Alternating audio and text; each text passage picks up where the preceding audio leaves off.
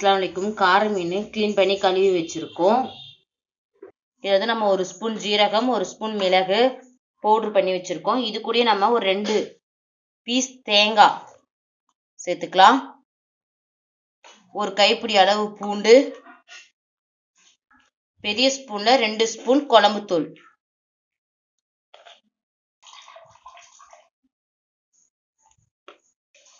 ஒரு 1/4 டம்ளர் தண்ணி ஊற்றி அரைச்சிட்டு பார்க்கலாம்.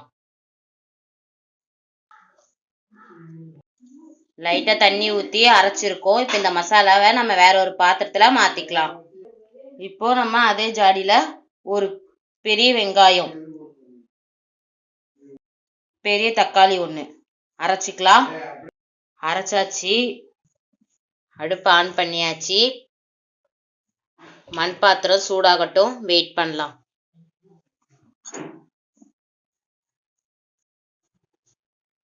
பாத்திரம் சூடாயிடுச்சு. தேவையான அளவு எண்ணெய் விட்டுக்கலாம். எண்ணெய் நல்லா சூடாகட்டும்.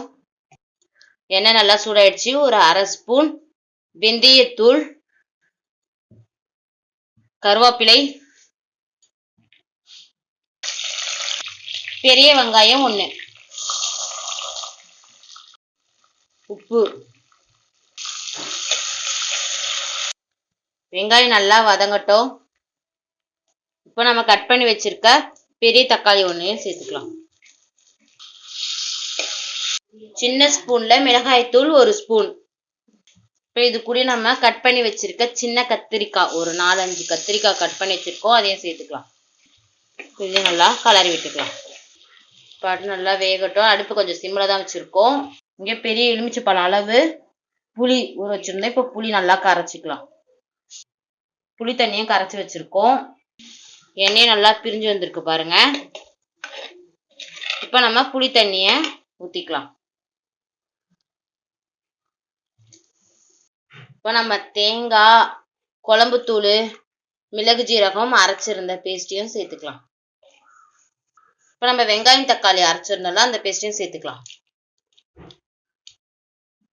இப்போ நம்ம தேவையான அளவு தண்ணி ஊற்றிக்கலாம்.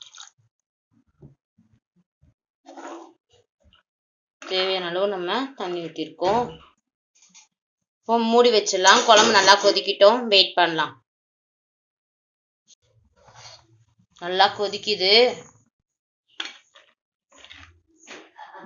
இப்போ நம்ம கழுவி வச்சிருக்க காரப்பொடி மீனை சேர்த்துக்கலாம். ஒரு வாட்டி கலரி விட்டுக்கலாம்.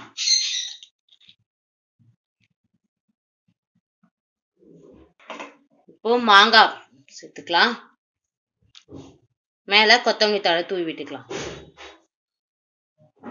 இப்போ லைட்டா ஒரே ஒரு கொதி மட்டும் வரட்டும், ஆஃப் பண்ணிடலாம். இந்த அளவுக்கு மீன் குழம்பு கொதிச்சா போதும். ஏன்னா மண் பாத்திரம் தான், அடுப்பு ஆஃப் பண்ணியும் கொதிக்குது பார்த்தீங்களா. இந்த சூட்லயே மீனும் மாங்காயும் வெந்துடும். இதை மாதிரி ஒரு வாட்டி மீன் குழம்பு வச்சு பாருங்க, நல்லா இருக்கும். உடம்புக்கும் ரொம்பவே நல்லது மண் பாத்திரத்துல. இந்த வீடியோ பிடிச்சிருந்தா இப்போ போல எப்பவும் அமீர் ஜாஸ்மின் யூடியூப் சேனலுக்கு ஆதரவு தாங்க. வாங்க சாப்பிடலாம்.